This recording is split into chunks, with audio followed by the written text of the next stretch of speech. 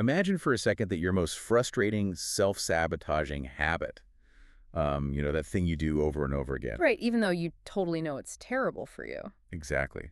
What if that wasn't actually a lack of willpower? And what if the world's most complex medical mysteries, like the diseases we've spent literally billions trying to cure, aren't random biological accidents either? It's a huge question. It really is. So welcome to this deep dive. Today, we are looking at something pretty wild. It's 35 years of independent research that claims to hold, well, the source code of reality. Yeah, the actual source code, it proposes that reality is a highly structured, perfectly calculated algorithm. And essentially, humanity has been misreading the code since the very dawn of time. Which is just a massive claim. It's a sweeping, fundamental challenge to how we construct human knowledge, period. We are looking at a theoretical framework called quantum DNA, or sometimes it's called the algorithm of creation. And this was developed by the independent scientist Juan Carlos Perez Velasquez, right? Yes. And the sources we are pulling from today include his course syllabuses, his manifestos, and transcripts from his lectures. We're going to break down these really complex physics and behavioral concepts into simple mechanics you can visualize. So the theory builds its foundation on a stark contrast between what it calls cosmic precision and human error.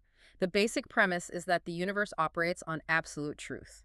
There is zero ambiguity in nature. I think the text provides some very grounded examples of this, which helps set the baseline. Like, if you plant an orange seed in the soil. Assuming the conditions are viable, of course. Right, assuming it can grow, that seed is always going to produce an orange tree. It will never, ever yield an apple tree. Right, it doesn't improvise. Every action, every element executes a flawless sequence. Look at human biology.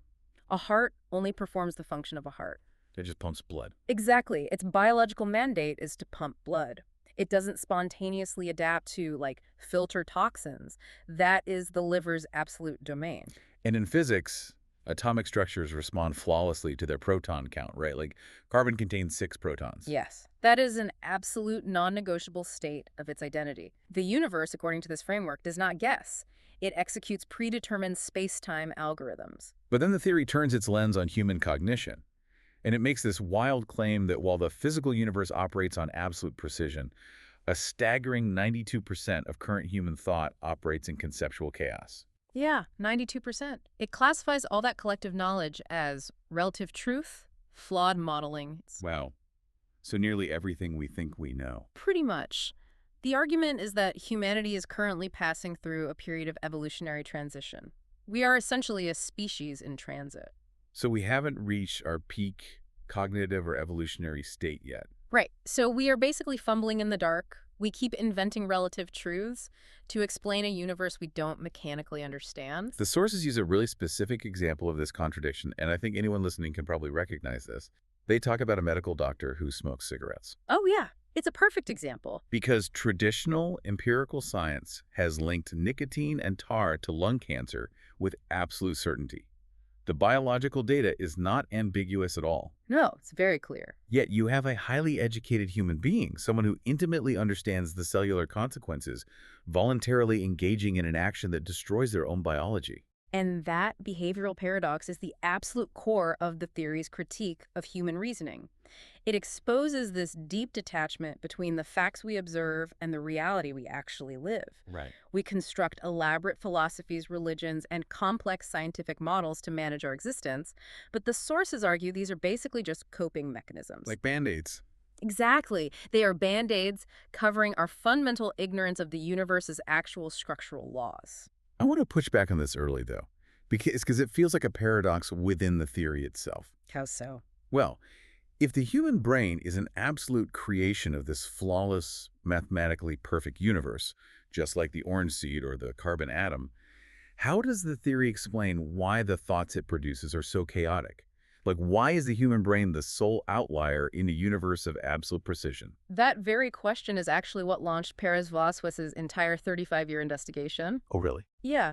If the brain is an absolute organ, why are its ideas relative? The source material posits that humans, due to our transitional evolutionary state, are entirely focused on the consequences of problems rather than their root causes. Okay, we focus on the symptoms. Right. We are essentially disconnected from the seed of creation. I feel like I need a mechanical breakdown of what disconnected from the seed actually means in practice. Sure, so the texts point heavily to the pharmaceutical industry to illustrate this mechanism.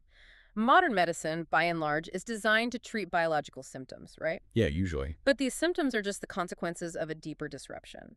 If a patient presents with chronic pain, they are prescribed a pill that interrupts the pain receptors in the brain. So the pain stops. The pain stops, yes, but the origin of the biological deficiency, the structural reason the body is generating that pain in the first place, remains completely unaddressed. I see. So the argument is that because we don't possess the ultimate source code like the mathematical space-time algorithm that dictates how human biology is supposed to function flawlessly, we can only operate on the surface level. Exactly. It's like we are pruning the leaves of a sick tree while the roots are literally rotting underground. That's a great analogy. And because we are constantly reacting to consequences rather than understanding root structures, we are trapped in guesswork. We rely on highly educated, empirically tested guesswork. But, I mean, it still remains guesswork. And the theory suggests this is the engine of all human division, right? Yes. Different scientific models, competing philosophical schools, polarized political ideologies, they all exist because nobody holds the absolute truth. Mm. We are all just arguing over different interpretations of the 92% error. Okay, let's follow that logic for a second. If 92% of human thought is flawed, relative guesswork, where is the 8%? Right. If the brain is capable of producing something absolute, where did Perez Velasquez actually find it? To find the absolute, he had to trace human thought backward. He was looking for a single concept generated by the human brain that has not mutated or altered its fundamental conditions since the very dawn of human consciousness. He needed an intellectual constant, Exactly, a pure, uncorrupted idea. and he found it in something that drives the very device you are probably using to listen to us right now. The binary system. Yes. Zeros and ones, open and closed, male and female, continuous and discontinuous, presence and absence. The sources trace the appearance of this binary seed across completely isolated ancient civilizations, which is fascinating. We are talking about the ancient Ife Empire in West Africa, Yeah, they utilized a 16-part binary system for divination. and we see it in the cult of Osiris in ancient Egypt, which was heavily focused on duality, and then we see it in the Qin dynasty in China, right? Yes, where the I Ching was codified using hexagrams made of solid and broken lines to represent the fundamental states of change in the universe. And today, that exact same binary logic is the absolute bedrock of the digital era. Every piece of software, every algorithm, the entire internet you browse, it all operates on zeros and ones. And the theory proposes a radical shift in how we view this history. The binary system isn't just a clever mathematical tool invented by early humans. It is the baseline geometry of the universe actually bleeding through human consciousness. Wow. It is the language of creation attempting to express itself. And this binary code, according to the texts, forms the structural foundation of the quantum DNA. The quantum DNA, the algorithm of creation. Right. The framework defines quantum DNA as a step-by-step mathematical algorithm. It is a specific, readable sequence of space-time frequencies that dictates the creation and continuous existence of absolutely everything. Everything. Everything. From the gravitational pull of a galaxy all the way down to the cellular division of a single plant, everything possesses a specific quantum footprint based on this binary logic. So we have ancient philosophers in Africa and China playing with the underlying math of reality, and we have modern software engineers building artificial intelligence using the exact same math. Yeah. But according to the theory, neither group realizes the cosmic scale of what they're handling. They don't recognize that the zeros and ones they use to code a website are the same zeros and ones the universe uses to code a human liver. They are basically wielding the hammer without understanding who forged it. But when you finally understand the origin of the tool, the source material claims it fundamentally upends how we approach knowledge. Specifically, it dismantles the scientific method entirely Wait.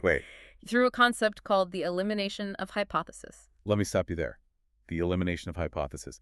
That is a massive claim. Because the entire foundation of modern progress, like 400 years of the scientific method, Karl Popper's theory of falsifiability, observation, guessing, testing, and peer review, the theory is claiming all of this is entirely obsolete.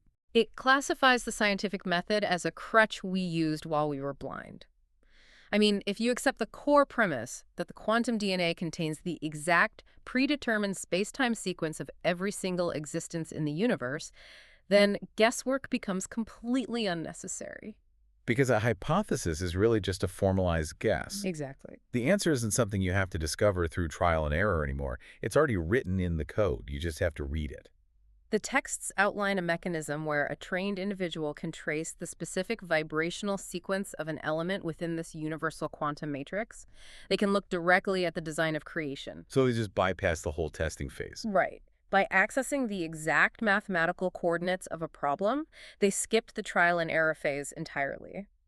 What traditional science might spend 20 years and millions of dollars investigating through double-blind studies, this theory claims can be decoded in a fraction of the time with absolute precision. Let's ground this for the listener, because if you work in scientific research, this framework is essentially telling you that your entire career methodology is the slow way around the mountain. Yeah, it claims there is a tunnel going straight through the center. But the natural hurdle here is application. If human beings are operating in a state of 92% error, like we talked about, how does a flawed human actually read a flawless cosmic code without corrupting it? Like, who is actually allowed to access this matrix? Well, this brings us to the specific professional role detailed extensively in the course syllabuses. The certification program exists to forge completely new type of professional. Okay. They are called a quantum DNA-based behavior intelligence specialist, or simply an analyst. A quantum analyst. Yep. It has a very sci-fi ring to it, honestly, but the material treats it with extreme academic rigor. But what struck me most is how this analyst interacts with the world we already know. Because they aren't coming in to just replace the established order, are they? No, the texts make a critical distinction here. The analyst is not designed to compete with traditional specialists. Right. They aren't trained to be better surgeons than medical doctors or better structural engineers than actual architects. Instead, the analyst is meant to empower those specialists. So they act as kind of a Rosetta Stone. A bridge of scientific structure, yeah. Yeah. The analyst is trained to hold universal knowledge regarding natural laws, properties, and space-time principles that are currently totally unknown to traditional empiricism. Let's talk about the foundation of that knowledge. Because the sources mention a massive literary corpus underpinning all of this. It's a 10-book series called La Verdad del Futuro, The Truth of the Future, and a quantum DNA encyclopedia. Yeah. And the syllabus notes that these texts will eventually be made available to the public, so anyone will be able to read the philosophical concepts, including what the author called genetic vibration. But reading it doesn't mean you can use it. Right. Reading the theory doesn't give you the capacity to execute it. Only a certified analyst is trained to operate the proprietary, intelligent, computerized quantum system called the Matrix XL. The Matrix XL. Okay, I really want to understand the mechanics of this software. How does an analyst actually extract a blueprint? Like, what does it mean to pull a quantum design out of a computer? The theory posits that the Matrix XL is capable of interpreting deep codes and formulations. It actually traces the space-time sequences of whatever is being investigated. So if a biological symptom has a vibrational root, the Matrix XL tracks that vibration back to its exact mathematical coordinate in space-time. Let's apply this to a practical scenario so we can visualize it. Say we're looking at a major medical crisis, a highly complex disease. The syllabus specifically mentions cancer, liver disorders, and psoriasis in Module 14. Okay. Traditionally, a medical specialist is trapped in that cycle of hypothesis we talked about. They test a new molecule, observe the side effects, tweak the dosage, run clinical trials for a decade, and just hope for statistical improvement. Right, the long way around the mountain. In the quantum DNA paradigm, the analyst intercepts that process. The analyst sits down with the Matrix XL and inputs the parameters of the biological deficiency. Okay. The software then tracks the specific quantum design of the disease. It locates the exact space-time coordinates detailing how and why that cellular structure is failing. It's like they find the corrupted folder in the cosmic filing cabinet. That's a good way to put it. Yeah. And adjacent to that corrupted folder is the structural algorithm for its correction. The analyst then extracts the mathematical space-time algorithm of the antidote. But the analyst doesn't go to a laboratory and synthesize the drug themselves. No, not at all. The analyst hands this structural blueprint to the medical doctor or the pharmacologist. They provide the mathematical coordinate of the cure. The medical specialist then uses their years of traditional technical training to translate that algorithm into a biological counterpart. Oh, I see. By providing the flawless foundation, the theory claims the specialist can reach depths of healing that were previously totally unreachable, literally eradicating the structural root of the disease rather than just masking its consequences. So, if I'm understanding the workflow here, the analyst translates the vibrational frequency of a tumor into a mathematical equation, Mm. derives the opposing equation that neutralizes it, and then the doctor builds the physical medicine that matches that second equation. Yes. That is the intended synergy between the absolute structure of the analyst and the technical execution of the specialist. Okay, but I have a major problem with this. What's that? If the universe is flawless, and we have the capacity to access this perfect blueprint for health and balance via the quantum DNA, why is the human experience so profoundly messy in the first place? Right. Like, the mere existence of an analyst capable of pulling perfect cures implies that something is deeply broken. If the universe doesn't make mistakes, how does the text justify a flawless universe creating a self-destruct button within humanity? Why do we still act like the doctor who smokes? Well, you are hitting on what is arguably the most challenging and psychologically heavy concept in the entire framework. It's called the quantum opposite. The internal prosecutor. Yes. Well, The texts describe it as an actual enemy hidden within us. It is an internal force, a specific set of ideas generated within the brain that acts purposefully against our original essence of creation. so it's not just a mistake. No, it is the mechanical root cause of all human self-sabotage, addiction, and destructive behavior. I need to understand the mechanism behind this, because we aren't just talking about a lack of discipline here. The theory suggests we are literally wired to fight ourselves. Where does this internal prosecutor come from? It derives from a phenomenon the author terms quantum mutation. Hmm. To really grasp this, we have to return to the premise that every individual human being has a unique space-time sequence. Okay. You have your own unique algorithm, your own specific coordinate in the matrix. So I have a specific quantum sequence. Got it. Now, basic biology dictates that a human male and a human female are biologically compatible to reproduce, right? Their molecular DNA can fuse to create offspring. Yes, that is how the species continues. But the theory of quantum DNA argues that while two humans might be biologically compatible, their quantum space-time sequences might be completely incompatible. They represent two entirely different mathematical algorithms. Oh, I see where this is going. Yeah, Hmm. because humans are in a period of transitional evolution, meaning we don't know how to read the cosmic code to find our true quantum matches. We reproduce based on biological instinct, social proximity, or, relative emotional connections. Right. Love, attraction, convenience. Exactly. And when these highly incompatible space-time sequences fuse over generations, it creates a corrupted code. The offspring essentially inherit a structural paradox. Mutation in the source code. Yes. The texts refer to it pretty ominously as a quantum pandemic. This generational accumulation of clashing algorithms is the source of our evolutionary deficiencies, our chronic biological diseases, and our deeply ingrained destructive behaviors. Wow. Every human born into this transitional period carries a mixture of their true creation essence and the distorted code of the quantum opposite. The sources use a very practical, everyday example to illustrate this mutation at work, and I think it makes the concept terrifyingly clear. They talked about something as simple as chocolate. Oh yes, the chocolate example. Consider a person whose original uncorrupted quantum life sequence is fundamentally incompatible with the frequency of chocolate. At a foundational level, it disrupts their system. Their true biology just rejects it. Right. Yet this same person will aggressively defend their habit. They'll say, I've loved the darkest, richest chocolate since I was a child. I crave it every single day. And that intense craving for a substance that actively harms their biological structure, that is the quantum opposite in action. It's a cellular addiction to something that fights their true design. It's like booting up a pristine, perfectly designed computer, but there's a background virus written directly into the operating system. It quietly demands you download files that will eventually destroy the hard drive. How does this internal tug-of-war actually play out over a person's lifespan, though? Like, is everyone equally corrupted?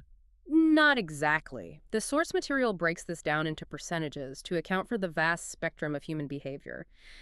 It asks us to imagine an individual who is born with a ratio of 90% essence of creation and 10% quantum opposite. Okay, so this person is operating mostly on their true code. Yes, this individual might manifest as a highly successful genius. They could be a revolutionary scientist or a visionary artist who fundamentally advances human progress. But they still have that 10%. Right. However, that 10% corrupted code still has to manifest somewhere. It cannot just be ignored. Right. So while they thrive intellectually and socially, that 10% might express itself as a chronic, debilitating autoimmune disease that they battle behind closed doors their entire life. The mutation demands its toll physically, even if the mind is largely free. Now consider the inverse. Imagine an individual born with a ratio of 90% quantum opposite and only 10% true essence. Oh, wow. That sounds like a structural blueprint for a nightmare. The text suggests this imbalance results in a highly destructive or profoundly self-destructive life. This explains severe antisocial behaviors, deep-rooted chemical addictions, and individuals who cause immense suffering to themselves and society. Their internal prosecutor is essentially sitting in the driver's seat. But the theory introduces a core law here that provides a strange, almost deterministic comfort, doesn't it? Yes, the law states, creation does not deny itself. Unpack that. What does that mean for the person operating at 90% opposite who is actively destroying their life? It means that while the quantum opposite can cause immense suffering, while it can manifest as horrific disease, and while it can even cause premature biological death, it can never entirely prevent a person from fulfilling their ultimate objective of creation. That is a heavy philosophical pivot. Even if you are battling extreme addiction driven by a corrupted quantum algorithm, the universe ensures you still hit your mark. The claim is that nobody is eliminated from this reality without first executing the specific space-time sequence they were created to fulfill. The universe does not fail to execute its designs, even when they are obscured by the mutation. We are talking about fundamentally rewriting our understanding of biology, psychology, and human destiny. I mean, to understand your own quantum opposite, to read the source code of reality without corrupting it, and to guide humanity out of this chaotic 92% error that requires a mind that has been completely rebuilt. Which brings us back to the reality of the certification program itself. The process of forging a quantum analyst is not presented as an abstract seminar. It is a grueling intellectual gauntlet. Let's look at the syllabus structure. We're talking about a 20-and-a-half-month program that is nearly 2 years of continuous, highly concentrated study. It demands a massive professional commitment.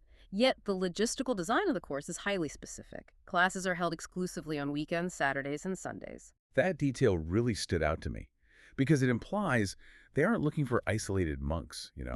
They want active working professionals Yeah. to undergo this training without interrupting their standard professional work week. They want minds that are already functioning at a high level within the 92% error so they can actually bridge the gap. But the time commitment is really the easy part. The intellectual and psychological demands are severe. The course requires a violently critical mindset. The texts are incredibly explicit about this. The program rigorously dismantles established paradigms. It systematically questions and often completely rejects mainstream religion, traditional metaphysics, and accepted philosophical models. Right. Everything is approached from a strict epistemological perspective based solely on these new space-time laws. But this raises my final structural question about the program. Okay.